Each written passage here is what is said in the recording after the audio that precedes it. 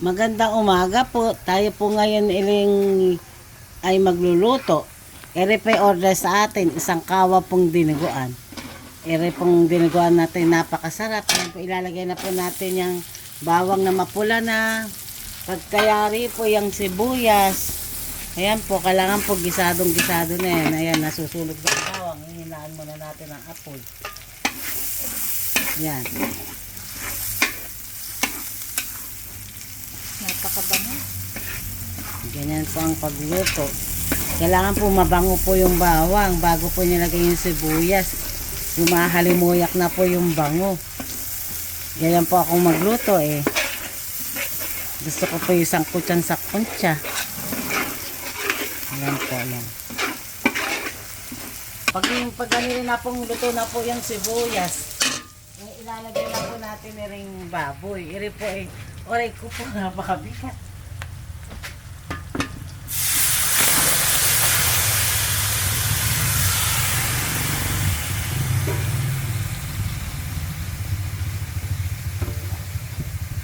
Ito pong baboy, yan na po. Puro laman po, ayan. Napakabigat po ng ating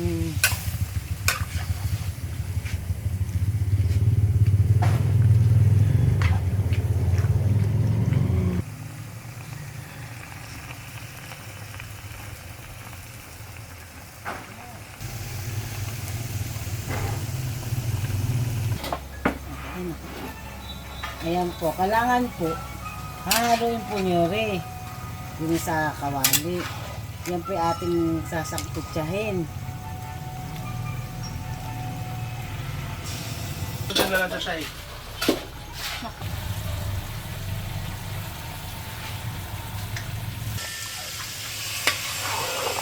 Ayan po, halo-haloin po natin ang ating baboy. Ayan po, tayo po yung nagpalit ng kawat.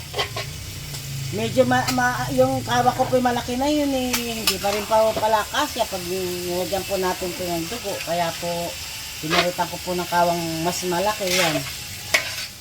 Napakalaking Ito kawa. pong kawa na rin, kasang lutuin dito yung 10 kilong pansit eh.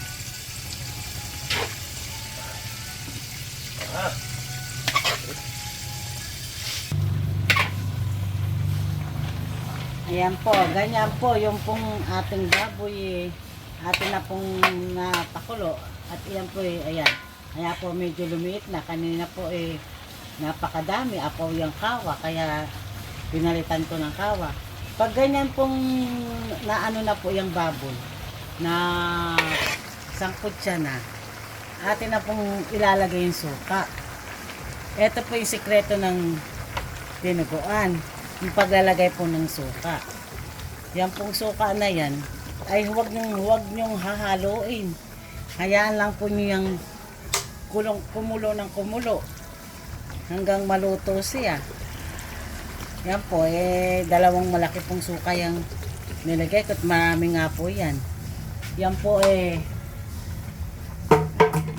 dadagdagan po natin na asin kasi po kanina nilagyan ko na po yan na asin nang lumasa po dun sa baboy.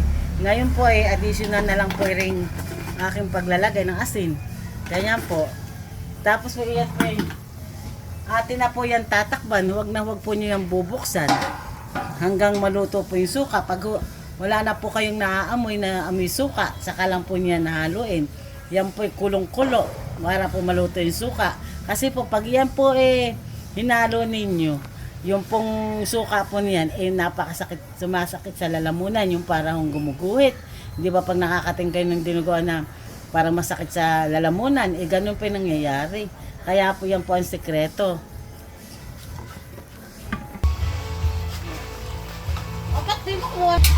Ayan po, lalagay na po natin yung dugo. Teka munaan. Dari po ngayon, lalagay na po natin yung dugo. Yan pong paglalagay po ng dugo na yan. Kailangan po yan ay hahaluin natin. Kasi magbububo yan.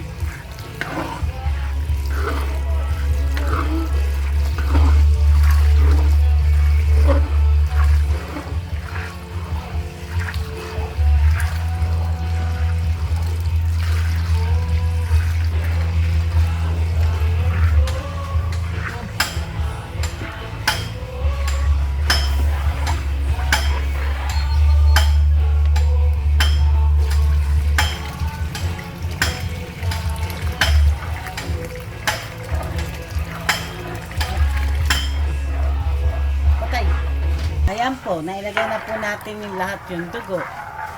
Yan po yung ating hahaloy mabuti.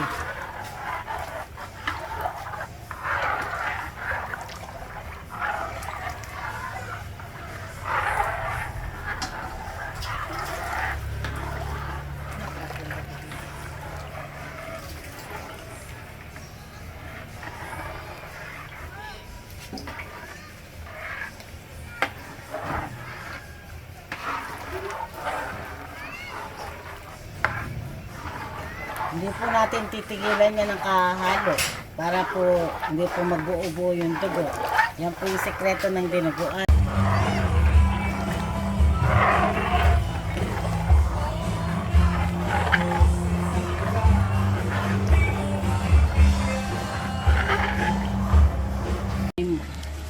Okay na. Ere po, ayan na po, umitim na po yung dugo. Ganyan po yung pagluluto talaga ng masarap na dinuguan. Ayan po, matagal nating niluto yan eh. Kaya sumobra ng lapot. Alam niyo ba na ang dugo po sa parte po ng baboy, ayon po sa aming pag-aaral. Ako po pinadala ng aming mayor sa Zambales para po mag-seminar tungkol sa food safety. Napag-aralan po namin na yung palang dugo ng baboy ang pinakamalinis na parte ng baboy. Sabi po nung pong doktor po na ano po, yung teacher po dun sa isang universidad sa Maynila na nagturo po sa amin na pinag-seminar kami ng aming mabait na mayor. Yung po aming natutunan. At saka po yung, alam nyo rin po ba na yung pong palang paggamit po ng sangkalan eh, pag po ang ihiwain po ni mga luto ng manok o kaya ano mang uri ng karne, kailangan po pala yung tuyong sangkalan. Iba po yung ginagamit dun sa mga hindi pa luto. Dahil para po yung bakterya niya hindi po masaling dun sa nilutong mga karne. Ganun po ang tamang proseso.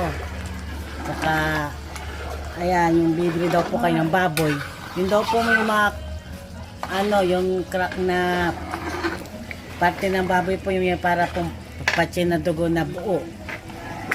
Yun daw po ang huwag niyong lulutuin. Yun daw po ang hindi magandang part ng baboy pag meron po mga blood clot ng baboy. Pero po ito daw pong dugo, yan daw po ang pinakamalinis na part. Ayan po, luto na po.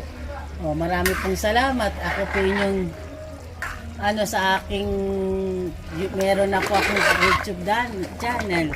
Paki-subscribe na lang po ninyo at saka po like and share lang po. Salamat po at marami po kayo matutunan sa aking luto.